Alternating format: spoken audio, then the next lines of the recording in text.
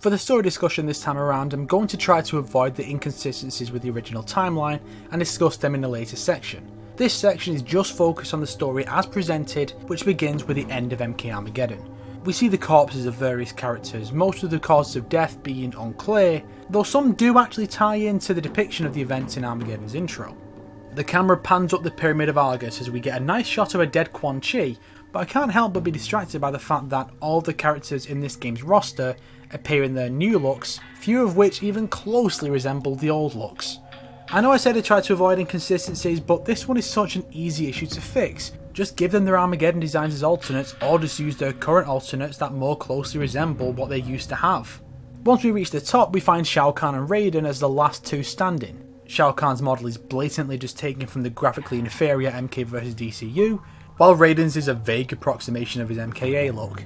The idea here is that Kahn has emerged the winner by killing Blaze. They honestly expect us to believe that Kahn, having been flown into the distance by Onaga, managed to kill Onaga, bear in mind it took Shujinko with the powers of the entire Deception cast plus Striker to put him away, run all the way back, ascend the pyramid and kill Blaze before anyone else could. I just don't see it happening. And this just raises a question, where the hell is Taven?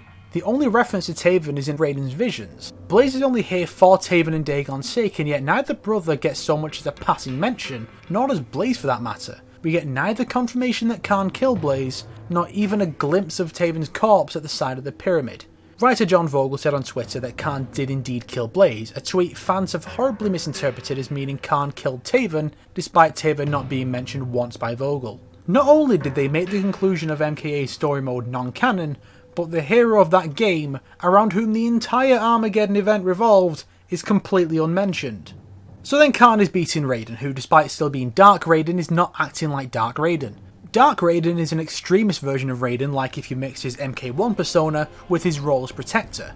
He kills people for honest mistakes, revives the dead as soulless husks, makes deals with the villains and destroys all realms but Earthrealm if he wins Armageddon. But in this scene he's just good Raiden. Inconsistent writing aside, it's clear Kahn has won and nothing can be done about that. Raiden takes his amulet and prepares a spell as Kahn winds up to finish him off with his Warhammer. Raiden says the phrase, "He must win," and sends visions of the events of the series back in time to his MK1 self just before Kahn caves his skull in. I have so many problems with this setup. 1. Where did this amulet come from? Raiden just has it now when he has it as far back as MK1. We're supposed to just accept that he's always had it despite it never appearing before now, and the entire plot hinges on this thing. 2. Why does Raiden have this power? Raiden is the lesser god of thunder, so why on earth does he have such an incredible temporal power? 3. Why has Raiden not used this power before? He could have prevented Onaga and Kahn's rise to power, the invasion of Edenia and Sindel's subsequent suicide, Shinnok's rebellion and the subsequent annihilation of the Saurians, the death of the great Kung Lao, the massacre at the Wuxi Academy, Kahn's invasion of Earth, Shinnok's return and the deaths of several gods, the death of Liu Kang, the deaths of the rest of Earth's heroes and Onaga's return and Raiden's own death, just to name a few! 4. He must win is stupidly vague and is worded that way solely to give the Raiden of the new timeline a hard time properly interpreting the meaning. It's not like Raiden doesn't have time to be more specific. Kahn didn't cave in his skull the instant he said win. He has enough time to say the person's name and why. But he chooses the vaguest possible wording as the crux of his whole plan. What the hell does he expect the result of this to be? 5. The game completely erases all the previous games from the timeline aside from the action-adventure prequels. As I said, this kind of reboot was used in the Star Trek film as well, but there was one key difference there. The writers of Star Trek knew that fans wouldn't be happy if they erased all of old Trek, so they made sure to have the topic of divergent timelines be brought up in a scene to establish that old Trek continues on alongside the new timeline. This game instead writes over the old timeline like a VHS, effectively making every prior installment completely irrelevant. This was probably the most offensive thing to me because it tells me that the decade I spent playing and reading up on the series and the hundreds of pounds I spent on the games all means nothing now, because it's all irrelevant to the series going forward. It tells me that my dedication as a decade-long fan was wasted on a series that doesn't give a shit about my loyalty or enjoyment of the series. But let's continue the story as MK1 Raiden receives his visions and the second timeline officially begins. Johnny Cage is dressed here in his suit from the MK1 prequel comic, but he normally fights shirtless to expose the fact that his name is tattooed on his chest. Perfect. Although the story doesn't mention it, Johnny Cage is now apparently descended from a cult that trains warriors for the gods. I guess he just didn't mention it because he realised how stupid that idea is. He's called up to fight this stupidly beak-masked reptile in the first match of the tournament, followed by Baraka. This establishes that the tournament does not follow any specific structure, and battles are just decided by Shang Tsung on a whim. Cage is then prompted to finish Baraka but refuses, angering Tsung and impressing Raiden. This prompt is only ever made at specific points in the story to showcase the winner's refusal or hesitance to kill, and at no other point. During this whole sequence, Johnny has been showing off how gloriously douchey he is. And I'm taking you down, I'm taking you down, I'm taking you out, I'm taking you out, and I'm taking you out for dinner. Johnny Cage is the best character in the game and almost makes it tolerable. Having taken a liking to Sonya, he brushes off Raiden's attempt to deliver exposition for new players. Dun dun dun. He goes after her and finds her at the pit, and seeing these stages in 3D really does make them look bizarre and unreasonable. Sonya fights Johnny to get rid of him, but he wins and Kano shows up to beat on Sonya.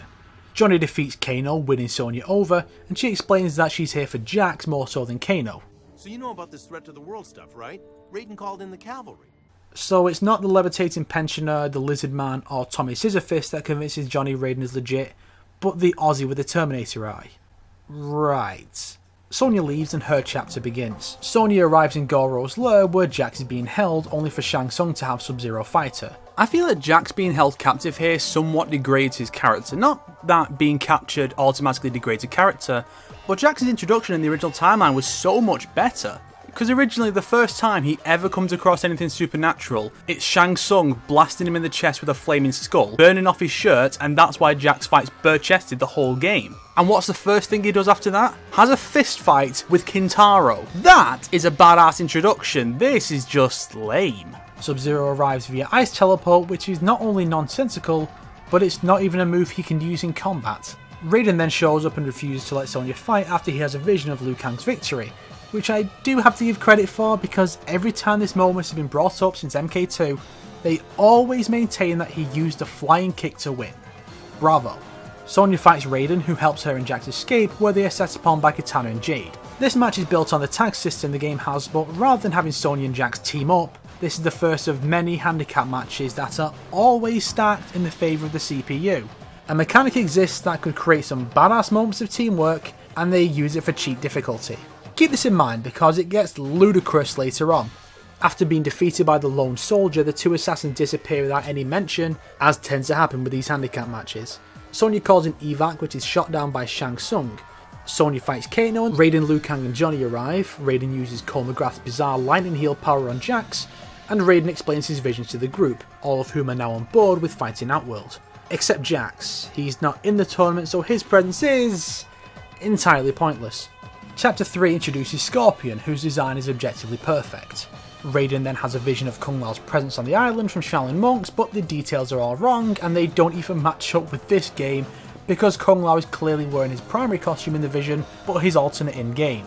And at least Shaolin monks showed his massive hat on his back when he was disguised. Here he just pulls the thing out of his ass. Scorpion beats both Kung Lao and Nightwolf, then everyone just files out of the area, suggesting Shang Tsung gathers everyone together for 2 matches per day, then has them wait around somewhere until the following day. Raiden approaches Scorpion, having received a vision of Sub-Zero's transformation into Noob Saibot, and brokers a deal with the Spectre. Defeat Sub-Zero if you must, but do not kill him. I fear his death will give rise to a more treacherous foe. I will have my revenge. Spare Sub-Zero's life, and I will request that the Elder Gods return the Shirai Ryu to the realm of mortals.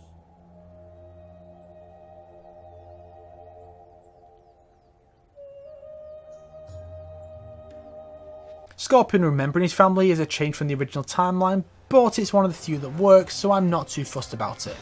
Later on, Scorpion bumps into Sector and Cyrax and beats them up, and we see that their human forms use the same weapons and abilities as their cyborg selves, just using different animations. I don't think any other fighting games make alternate costumes into full-on different versions like this, even though it's so damn cool. But I do have to question why Scorpion's just walking around here when before and after this chapter he spends all his time in the Netherrealm when not fighting. I mean, I wonder why in-universe, outside, it's obviously just narrative convenience. Sub-Zero then arrives and Scorpion takes him to the Netherrealm to fight because Scorpion can just casually pass between realms apparently. After the battle, Scorpion refuses Quan Chi's command to kill Sub-Zero, probably because Quan Chi hasn't showered or changed clothes in almost a decade. This prompts the Sorcerer to show a fabricated vision of Sub-Zero murdering Scorpion's wife and son, enraging the Spectre enough to immolate Sub-Zero off screen, despite the vision clearly depicting the younger Sub-Zero rather than the elder. Scorpion returns and displays Sub-Zero's easily breakable, barely even charged skull before leaving in sorrow. I have to give praise to both voice actor Patrick Seitz and whoever did the facial and body animation for Scorpion. You see, because of his mask, Scorpion's ability to emote is limited to his blank white eyes, his voice, and his body language, which really does limit how well he can display his emotions. But in spite of all that, everyone involved captured Scorpion's plight perfectly. Even the writing was pretty spot on for this section, and it's probably the highlight of the entire story. Chapter 4, however, does not fare so well. Raiden speaks to Cyrax about the Lin Kuei Cyber Initiative and their having been hired by Outlaw to eliminate Earthrealm warriors. There's something of an issue with how they go about their mission. Instead of assassinating Earthrealm warriors between fights, they instead battle them in official tournament matches. But we know from Bullride Cho's bio in Deadly Alliance that if you hail from a competing realm, you fight for that realm regardless of your allegiance. So what if they'd eliminated all of Earth's warriors? Would they just drop out and have Goro win by default? And why is Cyrax the only one of the three to actually compete? This even extends to Shang Tsung now, since his bio establishes him as being originally hailing from Earthrealm. So Cyrax doesn't like the idea of automation, and Raiden's words seem to encourage him to rebel. Baraka and Shiva follow him and fight him one after the other, claiming that Shang Tsung has terminated their agreement. Cyrax leaves the two unconscious as he heads off to confront Shang Tsung, and you start to wonder why Cyrax doesn't just kill them when they try to kill him. In fact, very few fights in this entire mode actually do end with any of the combatants dead. Shang Tsung is speaking with Sector when Cyrax appears and claims that the agreement is terminated due to Cyrax speaking with Raiden all at once. And if you actually paid attention to the 1 minute discussion, Cyrax was clearly arguing with Raiden. And were they just cutting Cyrax out and not the whole Lin Kuei? How would the Grandmaster react upon learning that one of his top warriors had been murdered by Shang Tsung's minions? Cyrax has to fight Johnny Cage, no doubt a reference to Cyrax's hatred of Johnny Cage's hit film, Ninja Mime. That should shut you up. Shang Tsung prompts Cyrax to finish him just so Cyrax can show his development and refuse. Cyrax walks off and is tailed by Sector, only for Cyrax to knock him out and leave. Sector is then out of the tournament despite not actually having any official matches. Oh, and spoiler alert, Cyrax is captured and automated off screen anyway, making his victory and this entire fight completely pointless. In fact, the only thing this chapter actually contributes is the removal of Johnny Cage from the tournament, and to show that Cyrax was forced into automation, an idea that actually went somewhere in the original timeline but not this one. The MK1 section of the game comes to an end with Chapter 5. Liu Kang is now the only Earthrealm warrior left in the tournament despite Sonya not losing an official match yet. His first fight is against Ermac, whose ending reveals that Kitana's father, King Jared, is one of the souls that makes up Ermac's being. They don't bring it up in the story mode, and that's a real shame because it's a really interesting concept. Raiden gives his thoughts on his future self's vague words and explains that the amulet was forged by the Elder Gods. Again, why only Raiden has one of these is never addressed. He believes the cracks will heal if he successfully averts that future, and concludes that the visions depict events he must cause, meaning he must win refers to Liu Kang winning the tournament. This really drives home how stupid in-universe and contrived out-of-universe it was for future Raiden to be so vague. Liu Kang says that he trusts Raiden as set up for the progression of their relationship, but Raiden says they need to trust the Elder Gods, who aren't even the ones who sent in the visions and who routinely screw over everybody who works for them. After Raiden leaves, Kitana ambushes Liu Kang and he defeats her. She expresses her worry that she'll be punished for failing, so Liu Kang says they'll just pretend the battle never happened. It's still somewhat sudden, but this is easily the best version of their relationship development ever. The game just kind of threw it in there because the films had it first, and Shaolin monks had her despise the guy for stabbing her best friend in the face, up until the very end of the game where she suddenly hinted at feelings for him. So while it's not perfect, this setup definitely works quite well. The next match is against both Scorpion and Quan Chi, proving that there is no proper tournament rules set in place and Shang Tsung can do whatever the hell he wants. You motherfucker! You motherfucker using Scorpion like that! What the fuck, Quan Chi? See, like, now I'm more justified in hating him. The bastard. No! No! No! I didn't mean to X-ray you, Scorpion. I was aiming at Quan Chi. You saw it! You saw it! Liu Kang wins before being sent to fight Goro. The fight takes place in Goro's lair despite every other tournament match before now taking place in the courtyard, except Ermac, which took place in Shang Tsung's throne room. Goro, who has dominated the tournament for 500 years, even though he's only been the champion for 450, because you're not supposed to count 50 years before his first tournament, doesn't get much build up and just walks into the scene without much fanfare at all. Hell, Kano got more build up than this. But something about the design of Goro's face is weird. I think he looks like a cat, but I'm not completely sure. Liu Kang wins, of course, and returns to the throne room with the music building nicely for his reveal as the winner, but it's let down a bit by the fact that everyone's apparently just been standing around and waiting without any way to actually watch the champion defend his title, and the monks watching the other matches are missing too. Liu Kang beats Shang Tsung, whose health bar icon depicts his younger self, despite Scepter and Cyrax's reflecting their alternate forms. I concede. He has saved Earthrealm. The bad guys go home, Kitana sparing one last glance back at the hero of the hour and receiving a warm nod. You can see the potential here, but it's bogged down in so much bad. It's like the Star Wars prequels. Raiden looks at his amulet and sees it crack some more, indicating that the future refused to change.